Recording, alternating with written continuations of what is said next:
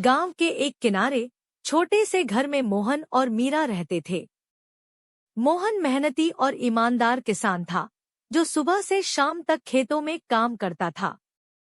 दूसरी ओर उसकी पत्नी मीरा आलसी और लालची थी। उसे मोहन का मेहनत करना बिल्कुल पसंद नहीं था। वह चाहती थी कि किसी तरह बिना मेहनत के वह अमीर बन जाए। एक दिन मोहन अपने खेत में हल चला रहा था। जैसे ही उसने हल की नोक जमीन पर मारी, कुछ चमकता हुआ दिखाई दिया। मोहन ने उत्सुकता से मिट्टी हटाई और देखा कि वहां सोने के सिक्कों से भरा मिट्टी का घड़ा दबा हुआ है। वह चौंक गया और भगवान को धन्यवाद देने लगा। मोहन ने सोने को घर ले जाकर मीरा को दिखाया। मीरा की आंखें चमक उठीं। उसने कहा, अरे वाह, अब तो हमारे दिन बदल गए। चलो, इसे बेचकर बड़ा सा घर खरीदते हैं और फिर हमें काम करने की कोई जरूरत नहीं रहेगी। मोहन ने उसे समझाया, यह सोना भगवान का आशीर्वाद है। हमें इसे जरूरतमंदों की मदद के लिए इस्तेमाल करना चाहिए। लालच करना सही नहीं है। मीरा को मोहन की बात पसंद नहीं आई।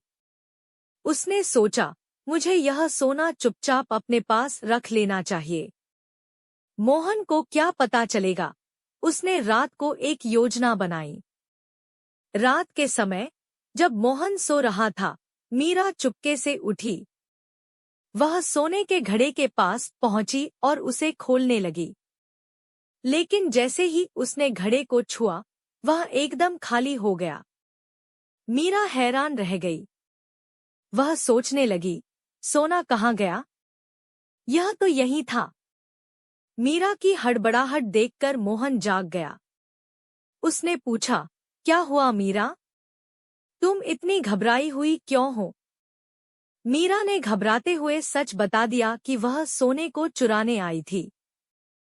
मोहन ने गहरी सांस ली और कहा, मीरा, यह भगवान की परीक्षा थी। ईमानदारी से जीना ही सबसे बड़ी दौलत है। भगवान ने हमें यह सिखाने के लिए यह चमत्कार दिखाया है कि लालच कभी अच्छा नहीं होता। मीरा को अपनी गलती का एहसास हुआ। उसने मोहन से माफी मांगी और कहा, मुझे माफ कर दो। अब मैं कभी लालच नहीं करूंगी। इसके बाद मोहन और मीरा ने मिलकर सोने को जरूरतमंदों में बांट दिया। उन्होंने अपने लिए केवल उतना ही रखा जितने से उनकी जरूरतें पूरी हो सकें।